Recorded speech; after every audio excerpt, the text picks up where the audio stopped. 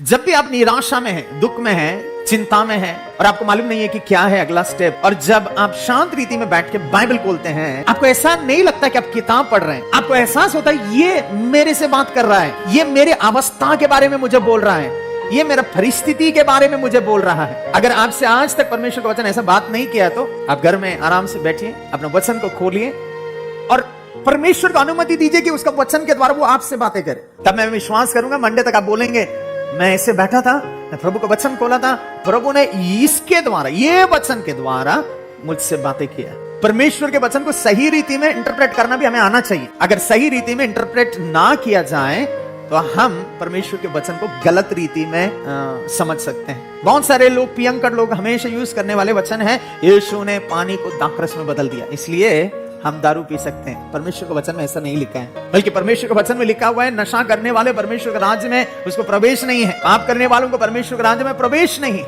पर क्यों कुछ लोग परमेश्वर के वचन को अपने हिसाब से मोड़ते हैं? क्योंकि वो परमेश्वर का वचन को पढ़ते तो हैं पर परमेश्वर का वचन को पवित्र आत्मा का सहायता के चलते नहीं पढ़ते। उसका चलते तकलीफ यह है कि वो परमेश्वर उसको किस रीति में मार्गदर्शन करना चाहता है उस रीति में आप उसको नहीं समझ पाए। हम हर कोई के जीवन में एक प्रश्न है, what is the purpose of my life? मेरे जीवन का उद्देश्य क्या है? इस जगत में मेरे को लग रहा है 60% लोग को अपने जीवन का उद्देश्य मालूम नहीं है। जैसे हवा बहता है वो लोग भी वैसे ही बहते हैं। उसका जीवन एक मैकेनिकल लाइफ बन चुका है, फिर सो जाते हैं, फिर सुबह उठते हैं, फिर खाना खाते हैं, फिर काम करते हैं, फिर खाना खाते हैं, फिर काम करते हैं।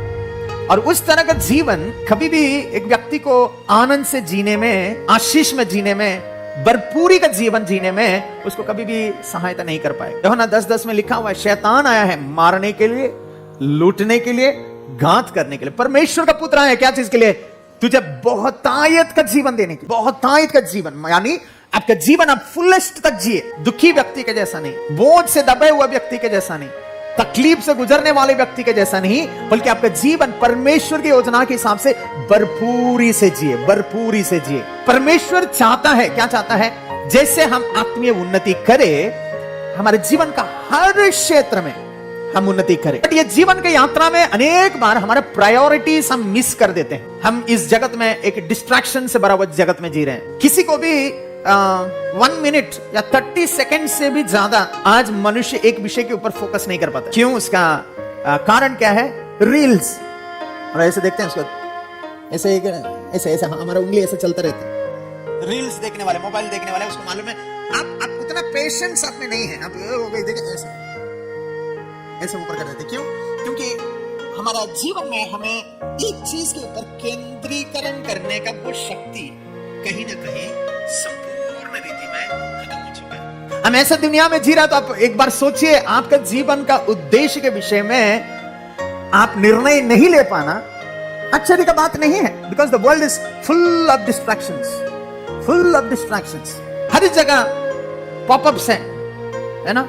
आप मोबाइल चलाने वाले व्यक्ति है तो आप ऐसे देखना, अचानक एक पॉपअप आएगा, एडवर्टाइजमेंट साड़ी का, एडवर्टाइजमेंट जूता का, एडवर्टाइजमेंट, और आप जो काम के लिए वो मोबाइल में है आप डिस्ट्रैक्ट हो गए। आप क्या पता बाइबल पढ़ने के लिए मोबाइल खोले होंगे, एक पॉपअप आएगा।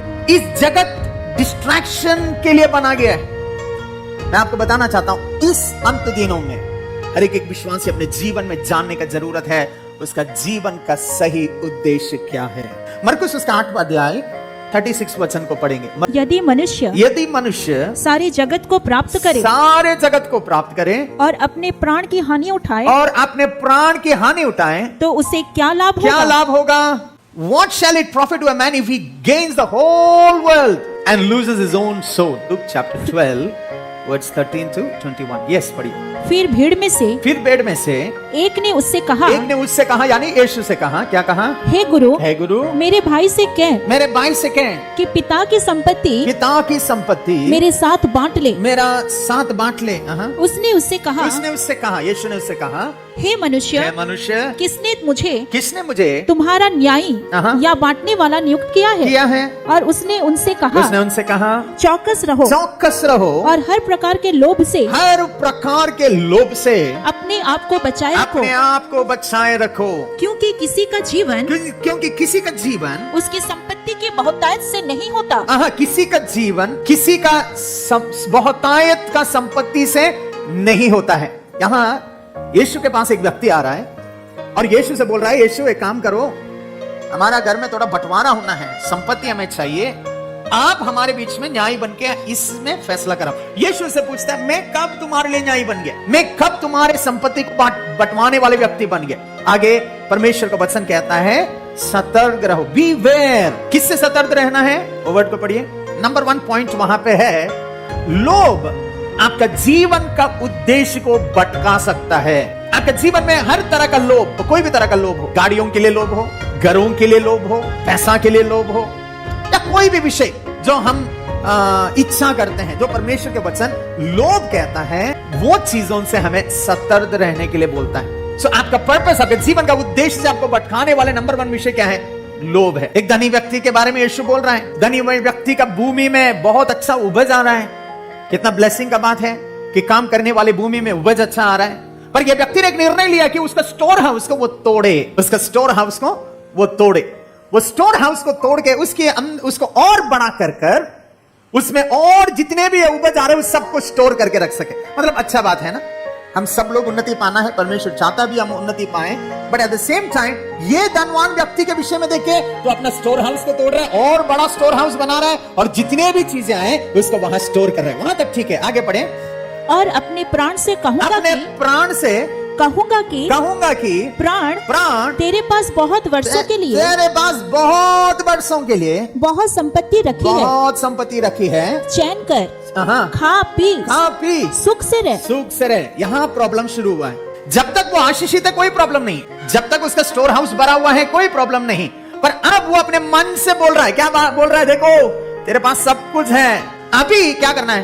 खा पी और मस्त में रहे। आज इस जगत में बहुत सारे लोगों का जीवन का अवस्था यही है, सब कुछ है पर खा पी के मस्त में रहना चाहते हैं। प्रार्थना करो, इंटरेस्ट नहीं, वचन पढ़ो, इंटरेस्ट नहीं, खा पी के मस्त रहे।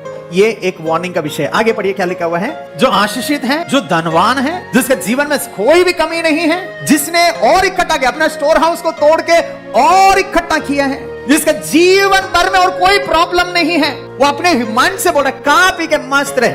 हम होने से क्या बोलते हैं? बहुत धर्मी है, बहुत आशीषित है, ओह प्रभु ने इतना ब्लेस कर दिया है। पर परमेश्वर उस व्यक्ति को है आशीषित बोल के नहीं पुकार रहा है, क्या बोल रहा है मूर्ख बोल के बुला रहा है। यीशु अगर एक व्यक्ति को मूर्ख को बोल के बुला रहे तो उसके पीछे कुछ कारण हो सकता है। आगे पढ़िए।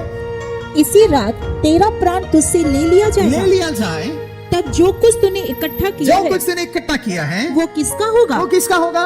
ऐसा ही वो मनुष्य भी है जो अपने लिए धन बटोरता है, परंतु परमेश्वर की दृष्टि में धनी नहीं है। उसका मतलब ये है, इस जगत में जो धनी कहलाते हैं वो परमेश्वर की दृष्टि में धनी कहलाना जरूरी नहीं है।